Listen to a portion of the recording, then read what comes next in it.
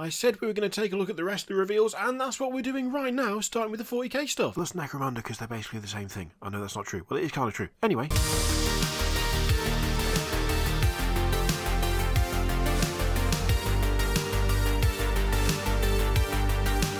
Yes, there were plenty of reveals at the Grand Narrative 2022 Warhammer preview stream online thing. That's what it was. I'm sure it was called something like that. Anyway, we're going to take a look at what was shown off. We have covered part of this already in the form of the 8-bound. But I'll be honest, I wasn't really a fan of the concept of these. It has been pointed out to me that actually on the stream there was more information given than in the article. And on the stream they said that the Space Marine is fighting with the 8 demons that have possessed him, and sort of it's not as like overt in terms of its possession because of the inner conflict nature of it, but that makes them angrier or stronger or something. And sure, I guess. I mean, I still just don't think the concept is that cool, you know, given that we have regular possessed and they arguably look just more interesting than this. But we cover all of that in a totally different video, which I will link in the description, because the 8-bound weren't the only things shown off of the World Eaters. They also have Jakhals, so these are their mortal, their human followers, and they look absolutely insane, like absolutely ridiculous. Basically, exactly what you'd expect from any sort of World Eaters troops in general anyway. Loads of chain weapons, and that's about it. I can't see a gun anywhere on these. They are just chaff to be thrown into the grinder. They are mostly grinder themselves, to be fair. I mean, some of the weapons these guys have got, and girls, look absolutely horrible. Like, really, really cool. That chainsword right there with the knife sticking out the end of it, why? I just really like that. It's very silly, but it is really good. I do also like the fact that there's a solid mix between chain swords and chain axes. Not only that, but they've also got the actual chains holding the weapons to their wrists, which is a lovely touch. And that big beefy lad right there who is carrying what looks like a flail made of skulls, well, it's got skulls stuffed into it. That is immense. There's some strong codpiece armour going on around here as well. You gotta protect the goods, right? You've gotta protect the goods. I like the fact there seems to be a good mix between male and female in this squad as well. That's nice to see. Also, they all have these like packs on their backs full of blood. I'm assuming to give them a bit more vim, a bit more pep, a bit more vigour when it comes to horrifically murdering everything they come across, I assume. I'm a little bit in two minds as to whether I like the different style of masks that they've got on. I like the gas masks. I'm not sure about these ones. I think just the teeth look a little bit off, but apart from that, I actually really like these. They look demented, they have a bit of a Mad Max vibe going on, they are all just covered in horrible weapons. I mean, what's not to like? It does mean that the World Eater stuff, some of it kind of feels a little bit samey in a way. Like, it would have been nice to have some sort of World Eater unit that was based around ranged weaponry, although then again, they are dedicated fully to Khorne, they are completely full of the roid rage, they've got the butcher's nails going on. Like, I can see why they don't have that necessarily in terms of a specialist unit, but at the moment it's like the Jakhals run in and hit things with their giant weapons, the Berserkers run in and hit things with their giant weapons, and the 8-bound run in and hit people with their giant weapons, and I don't know, just something that was like a little bit different might have been nice just for the variety side of things, but then again, I don't know how true to the spirit of the Legion that would actually be, so maybe that's not even a legitimate complaint to begin with. Mind you, I'm not even sure if that's a complaint, just a vague sort of, maybe something like that as well would have been nice. Overall though, this is a cool unit. They look like a bunch of psychopath murderers, which is pretty much what you want. As it says at the top there, if you think they look nasty now, wait until you see what they can do when they're all juiced up on stims. So yeah, it's basically stimulants, but it looks like blood. I mean, why would you not paint it to look like blood? It's World Eaters. We also have a Lord on Juggernaut, which looks fine. I mean, it's the Lord Invocatus that we already saw, but it's the generic version, so same deal as the last few times they've done stuff like this, whereby you have the generic kit and then you have the named one. I liked that model, so I like this model, because they're pretty much the same thing. Now, I will say right now, a little bit disappointingly, it doesn't look like we're getting Red Butchers. We're not getting World Eater specific Terminators, which is a real shame because I would have liked to have seen some of those.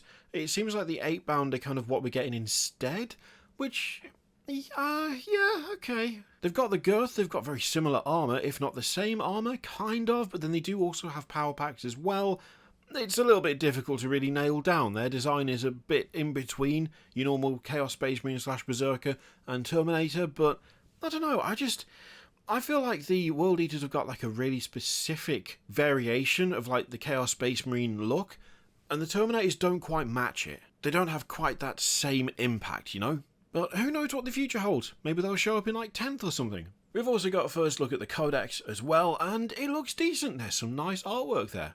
Looking good. Now I have to admit that while some of the World Eater stuff does look good, none of it looks as good as VASHTORR, that Arkifane. What the hell is that name for a start? Very difficult to say quickly, don't do it too much.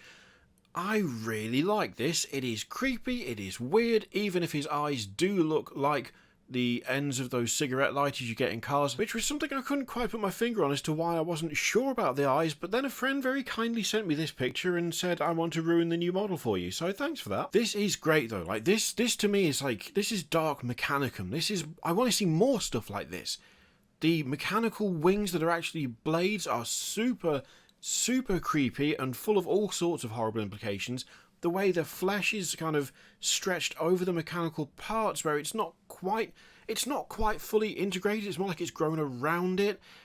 Oh god, the weird look of the back, like it's kind of extended up and out, those exhaust ports, the couple of like speaker grill things sticking out the side.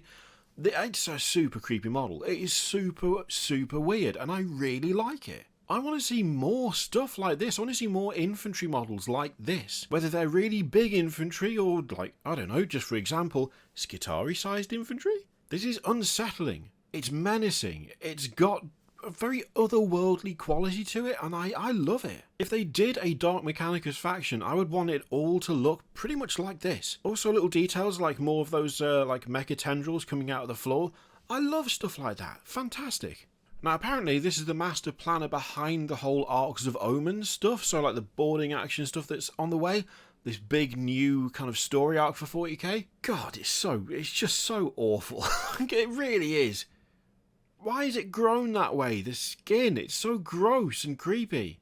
The tail almost looks like it's supposed to be a spinal column, but then it just turns into like a cable at the top.